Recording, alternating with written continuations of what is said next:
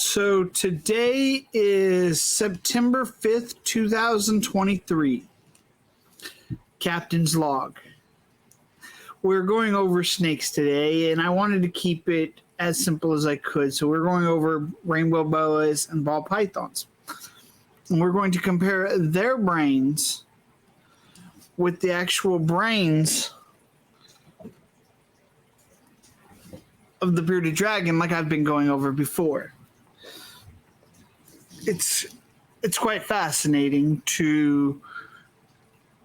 There's not as level of actual understanding of the brain of the pythons and boas as there is the beardy. I couldn't find a really good map like there was of the beardy. But understand that beardy map that I've been using, this is literally the design of all reptile brains, the structure. And so not all of them are the same exact, and that's what we'll be discussing today. This is the bearded dragon's brain. We can see more, because we can see a slope and how it functions. We can see the thinness of the oral factor stalk. We can see things like that here. So I've set this up to compare the bearded dragon and the ball python right now. And this is coming from the same source. They're the same program that have done the brain scans and put them into 3D here. So we can see the bearded dragon here. So this spot right here is the same as this spot on the ball python. And I've talked about this as being the memory, so when you're looking at a human brain, it's the upper part with the wrinkles. So we're going to switch it over to this way. So that part is all this upper part with the wrinkles.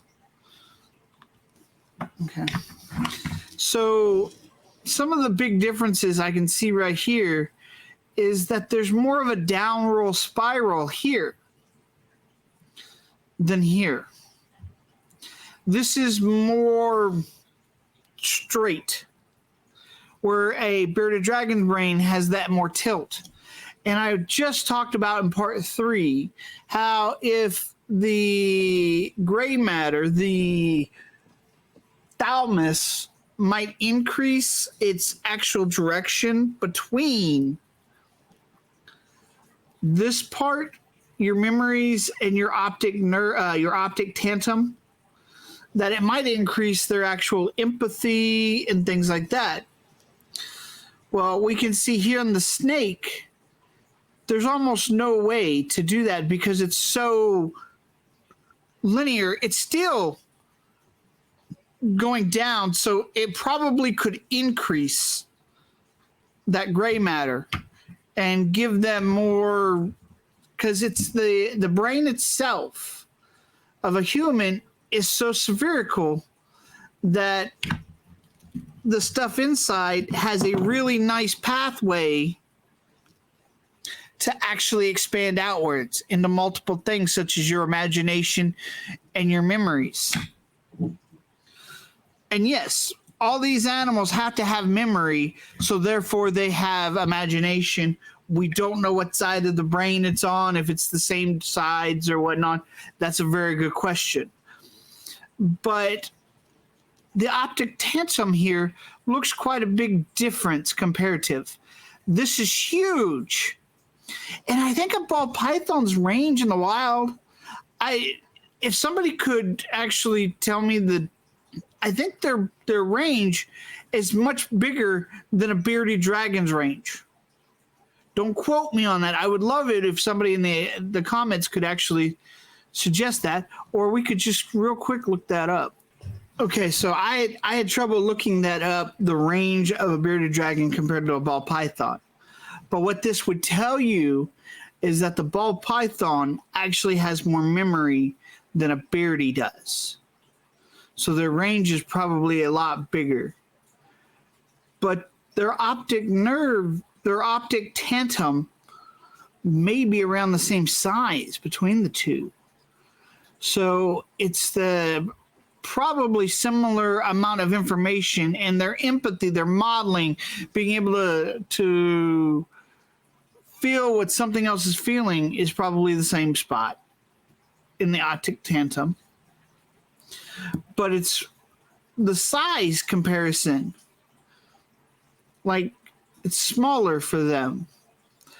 But when we look at the oral stalk, the oral effector stalk here in the front, compared to theirs is all of this. The bearded dragons is so much thinner, where theirs are a lot thicker. And this would make sense. I mean, so right here. So you have your Jacob's organ, your nerves, and then the actual stalk right here. This would make a ton of sense that this would be bigger because of that Jacob's organ. So therefore they have a lot more information. Like a dog, they see with their tongues and they flick it, take that in, and they actually should see in 3D. And this should be what helps them. And this is why it's showing it so wide down here, because their optic nerve should be down here as well. So it's really interesting that this optic nerve would be down here, and it would be so close to the actual deal. So this diagram is showing this as the optic tantum. So down here is actually your thalamus and your nerve system. So that would be what's connect those two. But it's really fascinating how close these are together. So most likely, as a reptile brain, these two should not be connected. That's why they're showing this spot like this, because these two are not connected like it is in a human brain. The neurons would have to travel the pathway like a bearded dragon's does. But since there's limited space here compared to the bearded dragon and the way they connect, it would always be a struggle for them to empathize. So this is really cool because there's not as big of a in their medulla here compared to brain size. The cerebral here, which is muscles, would be very interesting. Like, I find this fascinating. So we can see here that these guys would have more memory, more smell. They would be able to utilize that smell more. These guys have ears, where these guys have the ear canals, but they don't really have ears. And that's what the ball python spider morphs deal with, is the bones of the ears are a problem, not the brain itself necessarily. I find this also fascinating. So there's more of a hump here for them, for their spine. And then there's with the dragon. So like the spine seems looser on a snake, but yet probably easier to break than on a beardy. It's that I find that quite fascinating. I mean, those are really the big differences, is that the ball python here is going to have more memory. Absolutely 100%. It's going to have more range than a beardy. But it's also got more oral pathway stalks here. But yet, the stuff that actually does the actual taking in the information and sending it back out is around the same size for both, which is really cool. It does mean the ball python should actually be smarter, but your problem with that is the gray matter between them is just as well connected between the two parts. So if we can increase that gray matter, and that may be what happens when you train snakes, is that this pocket between these two, if snakes grow their brains to where this pocket between the two goes away, they have the potential to have empathy and better imagination and be more conscious of things, most likely. It's very fascinating. So let's move on to the boa compared to the bearded dragon. So the boa seems the same deal, but these guys have the boa has a very similar mandala. Once again, probably similar in size in the optic tantum, but yet the actual memories and stuff here, what I keep calling it memory because there's no way this salon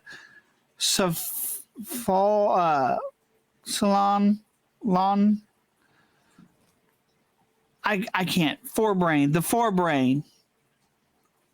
That is where the memories and stuff are stored, 100%. That's where their imagination and memory retrieval systems will be as well. Plus other things in there. So we don't really see, I can't really find optic nerves for these animals, for these snakes. The bearded dragon has bigger eyes compared to that, so they probably have more of that. The forebrain probably takes up more room. So the theory would be that the optic nerves of the snakes, the python, and the boa are probably smaller than the bearded dragons compared to brain size. Because it's not their number one usage. There's times of the month and stuff when they shed that their eyes are basically useless because the shed's over their eyes. So it's very interesting. See this spot right here? This canal is the same canal as this. And so, I mean, it's the same thing as the deal, just the mandala seems different. So python and rainbow boa. See, the mandala is what's different here. Can you guys tell me, because I do not have boas, or I don't have snakes at all. And so I've never really had enough interactions to understand. Are the nervous systems of a python, does the feelings that a python gets, the nervous systems and stuff like that, is it different than a boa? Because there should be some type of difference due to the shape. I don't think that's a huge leap, but the amount of difference could be dramatically small. I don't know. It's a theory. It's incredibly interesting. So we can actually work on that. So this thing would take in their, both of them have really thick stock, and they have the Jacob organs in front, and that's why those stalks are so huge, is that Jacob organ.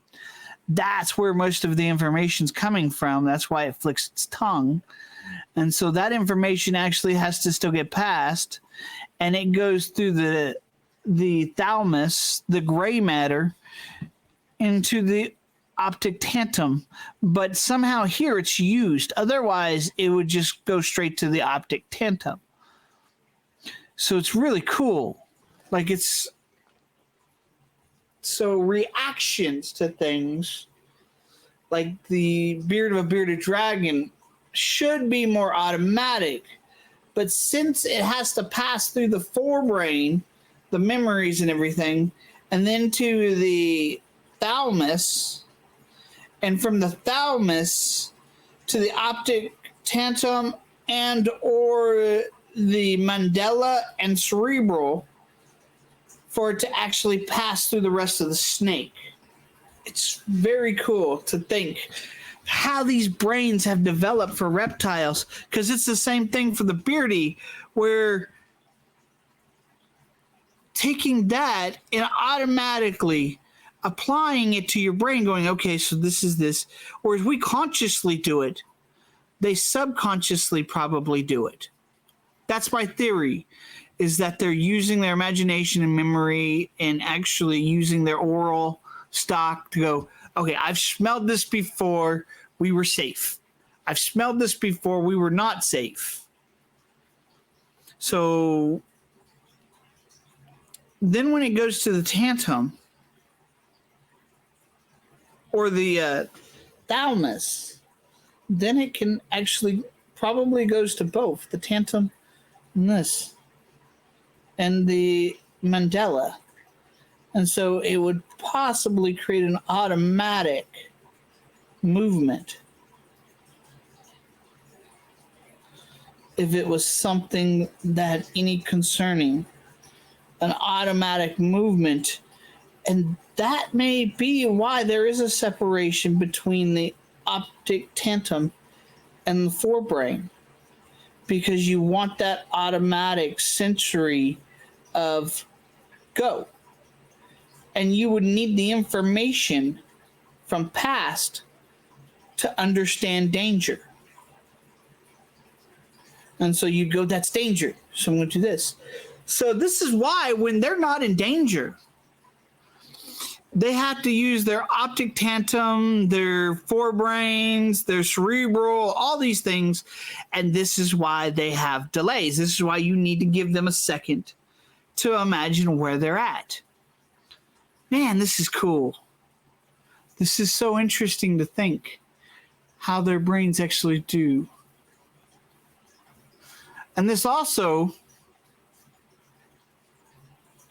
with the beardy's brain having a little more tilt, they might not be so automatic as a snake would be. That's really cool. Really cool idea. Really cool. It's just theories and working out the understandings of the brain. It's really neat to think about this stuff.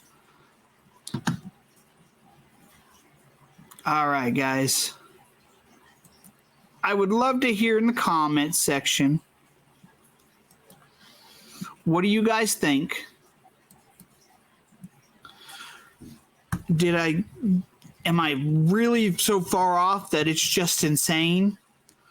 Or does it start to make sense a little bit more? Does the understanding of their nonverbals now make a little more sense?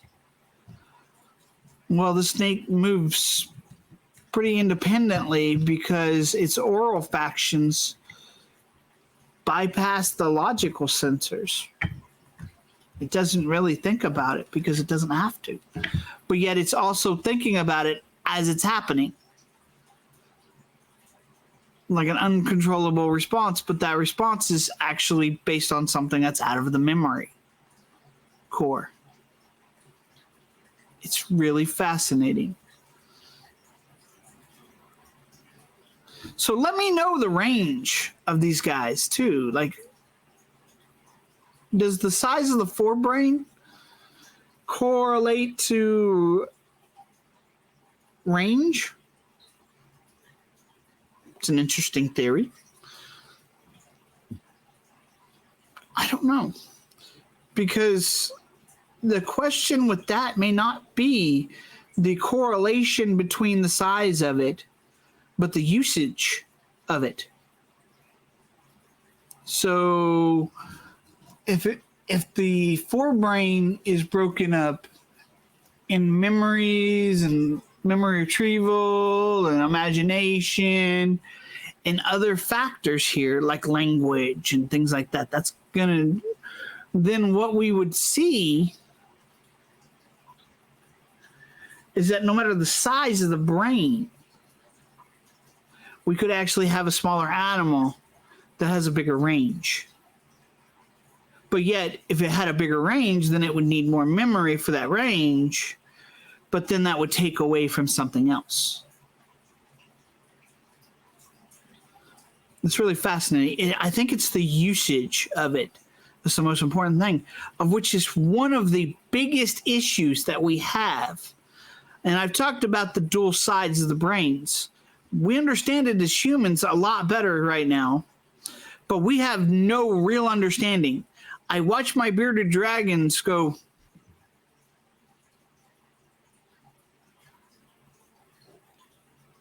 They're using different sides of the brain, and they have different functions.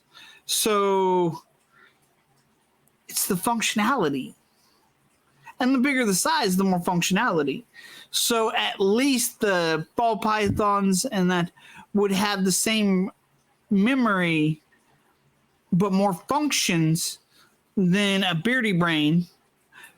Or the beardy brain would have more functions and less memory, and the actual pythons would have way more memory. It's really functional stuff. And since not all brains are equal, because this part has to be grown, and this is the forebrain, has to grow, has to develop. And so that's why you get individualities in snakes. We just don't know what sides, what it does, how it functions in each corridor of the brain of a snake or a reptile. We don't know that yet. But that's very interesting. Hey, thank you guys for staying this long. You guys have a good day. I think I'm going to go to chameleons next, and then skinks after that. So stay with me, and we'll talk about that. And you guys have a good day.